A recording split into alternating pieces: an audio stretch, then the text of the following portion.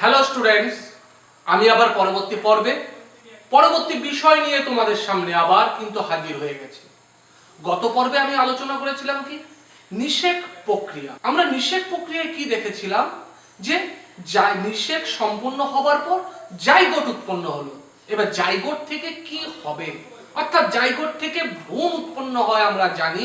তোমরা যদি আমার ক্লাসগুলি প্রতিনিয়ত পেতে চাও তাহলে অবশ্যই ইউটিউবে যাবে, সুপ্রিয় দত্ত ক্লাসেস সার্চ করবে এবং সাবস্ক্রাইব করবে। দেখবে প্রতিনিয়ত তোমরা ক্লাসগুলি পেয়ে যাচ্ছ। তাহলে কি বলবো যে নিষিক্ত ডিম্বাণু, যাকে আমরা কি বলি জাইগোট বলি, দ্রুত কি হবে মাইটোসিস প্রক্রিয়ায় বিভাজিত হতে থাকবে। আর জাইগোটের যে বিভাজন হচ্ছে একে আমরা সাধারণত কি বলি ক্লিভেজ বা সেগমেন্টেশন। তাহলে জাইগোট যদি বারবার বিভাজিত হয়, জাইগোট কটা কোষ ছিল? একটি কোষ ছিল, একটি কোষ থেকে দুটি হলো, দুটির থেকে চারটি হলো, চারটির থেকে আটটি হলো। তাহলে এইভাবে মাইটোসিস প্রক্রিয়া কি বিভাজিত হলে এইভাবে কোষের সংখ্যা বাড়তে থাকবে। কিন্তু এইভাবে যদি কোষের সংখ্যা বাড়তে থাকে তাহলে জাইগোট বারবার বিভাজিত হয়ে যে একটা ক্ষুদ্র বলের মতো কোষপুঞ্জ গঠন করে তাকে আমরা বলবো মরুলা। তাহলে জাইগোটের পরবর্তী স্টেপ কি মরুলা। তাহলে মরুলাটি কি? মরুলাটাই হলো কিন্তু আদি ভ্রূণ। আর এই মরুলা কোথায় থাকবে? ঠিক ফ্যালোপিয়ান নালী, অর্থাৎ ফ্যালোপিয়ান নালীর কোথায় নিষেক কার্য সম্পন্ন হয়েছিল? অ্যাম্পুলা অংশে হয়েছিল। তাহলে মরুলা ফ্যালোপিয়ান নালী থেকে এবার কোথায় চলে আসবে? জরায়ুর মধ্যে চলে আসবে এবং সেটি পুনরায় বিভাজিত হয়ে এক স্তরী ফাঁপা বলের মতো আকার ধারণ করে, যাকে আমরা কি বলবো ব্লাস্টুলা। তাহলে মরুলার পরবর্তী ধাপ কি ব্লাস্টুলা। আর এই ব্লাস্টুলাকে অনেক সময় কিন্তু ব্লাস্টোসিস্ট কিন্তু বলা হয়। তাহলে ব্লাস্টুলার কোষস্তরকে বলে কি ব্লাস্টোডার্ম এবং কেন্দ্রে একটা গহ্বর থাকে, যে গহ্বরকে কি বলা হয় ব্লাস্টোসিল। আর ব্লাস্টুলা এরপর ইনভেজিনেশন পদ্ধতিতে কি হবে যে 3 স্তর বিশিষ্ট একটা কোষ স্তরের পুঞ্জ গঠন করবে, যাকে আমরা বলবো গ্রাস্টুলা। আর গ্রাস্টুলার বাইরের স্তরকে কি বলবো একটোডার্ম, মাঝের স্তরকে কি বলবো মেসোডার্ম, আর ভেতরের স্তরকে কি বলবো এন্ডোডার্ম। তাহলে একেবারে ভেতরের স্তর কি হলো এন্ডোডার্ম। আর এই স্তরগুলি থেকে কিন্তু ভ্রূণের বিভিন্ন অঙ্গ প্রত্যঙ্গ কিন্তু তৈরি হয়। তাহলে আমরা কিভাবে ধাপগুলি জানলাম যে প্রথম হলো কি জাইগোট, জাইগোট থেকে মরুলা, মরুলা থেকে ব্লাস্টুলা, ব্লাস্টুলা থেকে গ্রাস্টুলা, গ্রাস্টুলার পরবর্তী ধাপ কি ভ্রূণ। এবার চলো এক এক করে জেনে নেই যে এই যে মরুলা, মরুলা সম্বন্ধে কিছু তথ্য আমরা জেনে নিই। যে নিষিক্ত ডিম্বাণু বারবার বিভাজিত হয়ে 16টি কোষ দিয়ে গঠিত যে কোষ পুঞ্জ গঠন করে তাকে বলা হয় মরুলা। তাহলে মরুলার বৈশিষ্ট্য কি বলবো যে এটি 16টি কোষ নিয়ে গঠিত একটি নিরেট বলের মতো গঠন। এটি কোথায় থাকে? এটি ফ্যালোপিয়ান নালীর মধ্যে সৃষ্টি হয় এবং এই অবস্থায় কোথায় চলে আসে? জরায়ুর মধ্যে চলে আসে। আর নিষিক্ত ডিম্বাণু ক্লিভেজের ফলে কিন্তু এটি কিন্তু সৃষ্টি হয়। পরের পয়েন্টে কি বলতে পারি যে মরুলার কেন্দ্রস্থ কোষগুলি থেকে ভ্রূণের অংশ এবং বহিস্থ কোষগুলি থেকে কিন্তু অমরা অর্থাৎ প্লাসেন্টার অংশ কিন্তু তৈরি হয়। এবার পরবর্তী ধাপে আমরা কি দেখলাম ব্লাস্টুলা। তাহলে আমরা মরুলা আরো বিভাজিত হবে, এই যে 16টা কোষ আবার বিভাজিত হবে। তাহলে মরুলা আবার বিভাজিত হয়ে এবং পরিবর্তিত হয়ে যে এক স্তর বিশিষ্ট ফাঁপা বলের মতো গঠন তৈরি করবে তাকে আমরা কি বলবো ব্লাস্টুলা বলবো। তাহলে ব্লাস্টুলার বৈশিষ্ট্যের ক্ষেত্রে কি বলবো যে প্রাথমিক অবস্থায় মরুলার স্বচ্ছ বলয় ব্লাস্টুলাকে, মরুলার স্বচ্ছ বলয় ব্লাস্টুলাতেও কিন্তু অক্ষুণ্ণ থাকে। পরের পয়েন্টে কি বলতে পারি যে ব্লাস্টোসিস্টের তরল পদার্থ, ব্লাস্টোসিস্ট অর্থাৎ ভেতরে যে গহ্বর, সেই তরল এই গহ্বরের মধ্যে কি আছে তরল পদার্থ আছে। আর এই তরল পদার্থ বৃদ্ধি পাওয়ার ফলে স্বচ্ছ বলয় ফেটে গিয়ে ব্লাস্টুলার কিন্তু দ্রুত বৃদ্ধি ঘটে।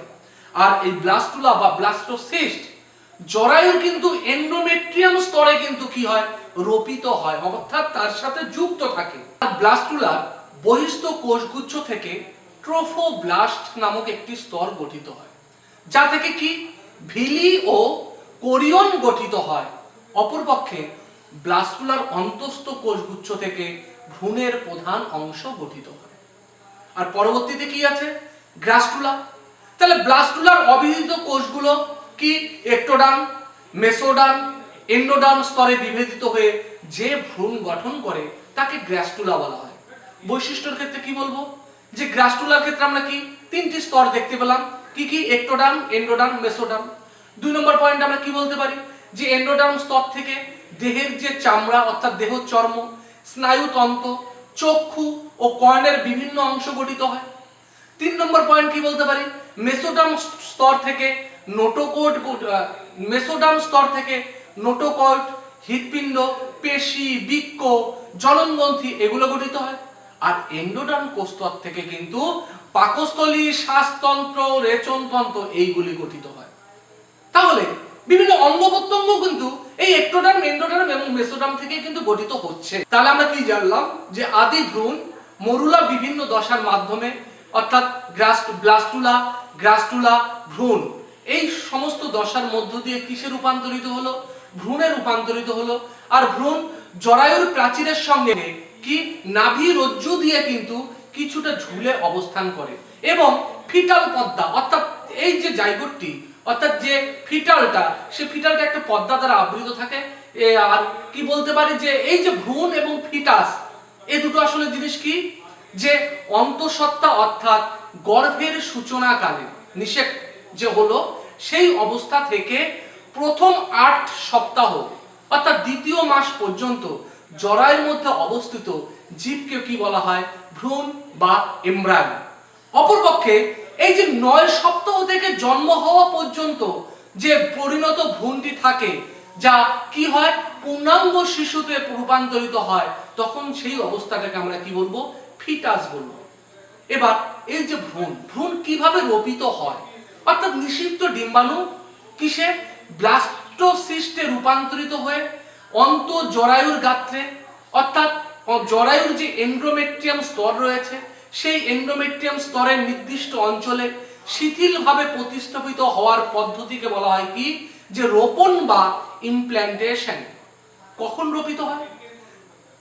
নিষেকের 6 থেকে 7 দিনে ব্লাস্টোসিস্ট জরায়ুর গাত্র স্পর্শ করে এবং 12 দিনে ব্লাস্টোসিস্ট জরায়ু গাত্রে কিন্তু কি হয়? প্রথিত হয়। আর কোথায় প্রথিত হবে অর্থাৎ রোপিত হবে কোথায়? ব্লাস্টোসিস্ট জরায়ুর যে ফান্ডাস অর্থাৎ উপরের অংশটা মনে করে দেখো, ফান্ডাস বা দেহের কোন স্থানে কিন্তু রোপিত হয়। এবার কিভাবে রোপিত হয়? যে জাইগোটটি আমরা কি আগে বললাম যে মাইটোসিস প্রক্রিয়ায় বিভাজিত হবে, একটা নিবিড় কোষপুঞ্জ গঠন করে। সেই কোষপুঞ্জটাকে আমরা কি বলি? মরুলা বলি। আর মরুলা কি হয়? ডিম্বনালীর আন্দোলনের মধ্য দিয়ে অর্থাৎ ক্রমসংকোচনের মাধ্যমে কোথায় চলে আসে? জরায়ুতে চলে আসে। আর জরায়ুতে এসে মরুলা কি হয়? ব্লাস্টুলা বা ব্লাস্টোসিস্টে রূপান্তরিত হয়।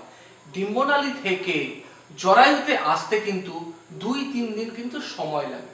এবার এই জরায়ুতে 3 থেকে 6 দিন মুক্তভাবে অতিবাহিত হওয়ার পর ব্লাস্টোসিস্ট জরায়ুর কি হয়? যে এন্ডোমেট্রিয়াম যে স্তর আছে সেই স্তরে কিন্তু রোপিত হয়। আর এই পদ্ধতিকে রোপণ বা ইমপ্ল্যান্টেশন বলা হয়। নিষিক্ত ডিম্বাণুর চারপাশে যে ট্রোফোব্লাস্ট কোষস্তর থাকে তারা আগ্রাসন পদ্ধতিতে নালীগাত্র থেকে ক্ষরণ পদার্থ গ্রহণ করে ব্লাস্টোসিস্টের কিন্তু পুষ্টি সরবরাহ করে থাকে। এবার সেই সাথে জানতে হবে যে এই যে ভ্রূণের যে রোপণ হচ্ছে, রোপণে কোন কোন হরমোন কার্যকারী ভূমিকা পালন করে। সাধারণত পিটুইটারি হরমোন নিঃসৃত, ফলিকল স্টিমুলেটিং হরমোন এবং লিউটিনাইজিং হরমোনের প্রভাবে ডিম্বাশয় থেকে ইস্ট্রোজেন ও প্রোজেস্টেরন হরমোন কিন্তু নিঃসৃত হয়। আর এই হরমোন দুটি জরায়ুর অন্তঃপ্রাচীরের এন্ডোমেট্রিয়াম স্তরের কিন্তু বৃদ্ধি ঘটায় এবং ভ্রূণের রোপণের উপযোগী করে তোলে। তাহলে আমরা কিন্তু বিশদভাবে যে নিষেক পদ্ধতির পরে জাইগোট হলো, জাইগোট থেকে ভ্রূণ হলো, ভ্রূণ কিভাবে রোপিত হলো, সব বিস্তারে কিন্তু জানলাম। আবার তোমরা তৈরি থাকবে, পরবর্তী পর্বে আমি আবার তোমাদের সামনে হাজির হব। তোমাদের সকলকে আমার তরফ থেকে ধন্যবাদ।